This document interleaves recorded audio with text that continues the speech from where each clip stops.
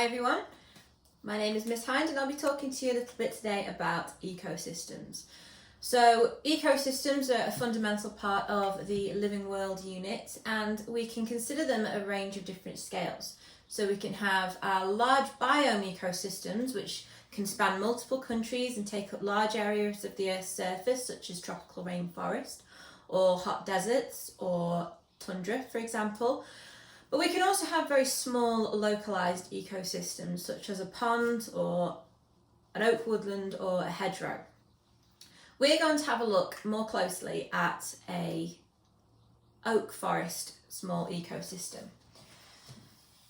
Now, some fundamental parts of our ecosystem are the following.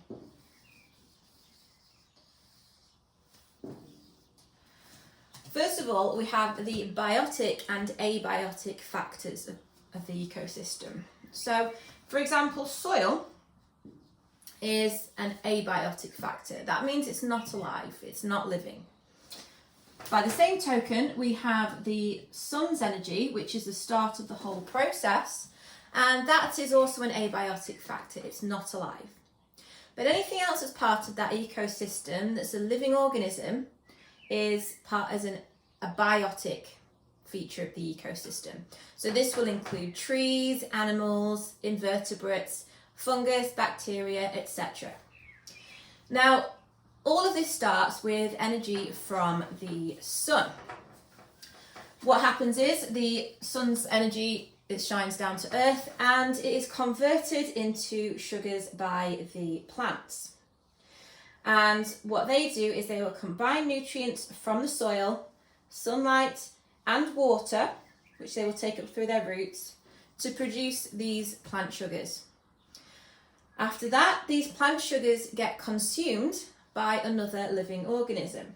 Now, our plants are what we refer to as our producers. They produce the sugars that sustain the rest of the ecosystem. So, for example, we might find that there are caterpillars living on this tree that eat and consume the tree. Now, this caterpillar would be referred to as a consumer. And more to that, it would be referred to as a primary consumer because the material that is consuming is the plant matter. So that would be our primary consumer.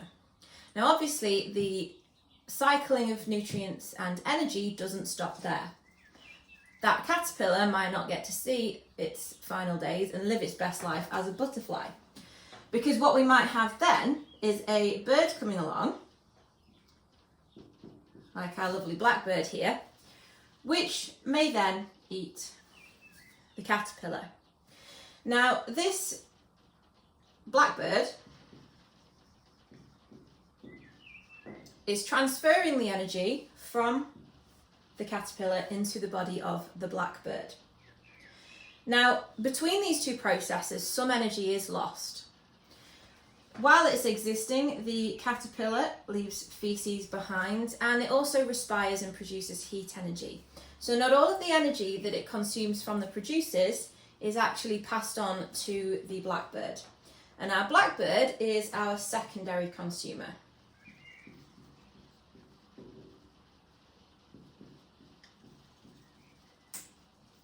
And much like the caterpillar, our blackbird might not get to live out its best life and live to the end of its days because it may very well get eaten or predated by something like a kestrel or a sparrowhawk.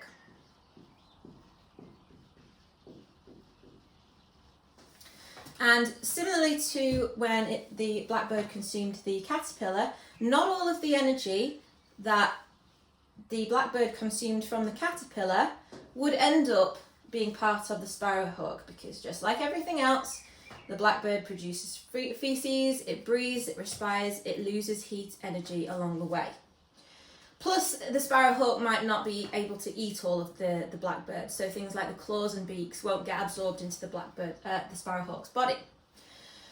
Now, again, not everything lives forever here. What we'll find is that the leaves on the trees, and if they live a long, prosperous life, all of these biotic factors will die. And what happens when they do is they become what we refer to as litter.